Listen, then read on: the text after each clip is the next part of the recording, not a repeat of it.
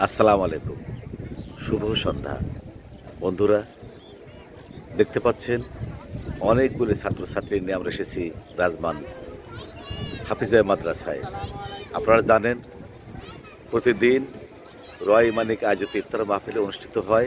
আজকেও তার ব্যত্যয় ঘটেনি। আমরা এসেছি এই ইফতার মাহফিলে। এখানে আমরা কোমলমতি ছাত্রছাত্রীদের নিয়ে ইফতারি করব।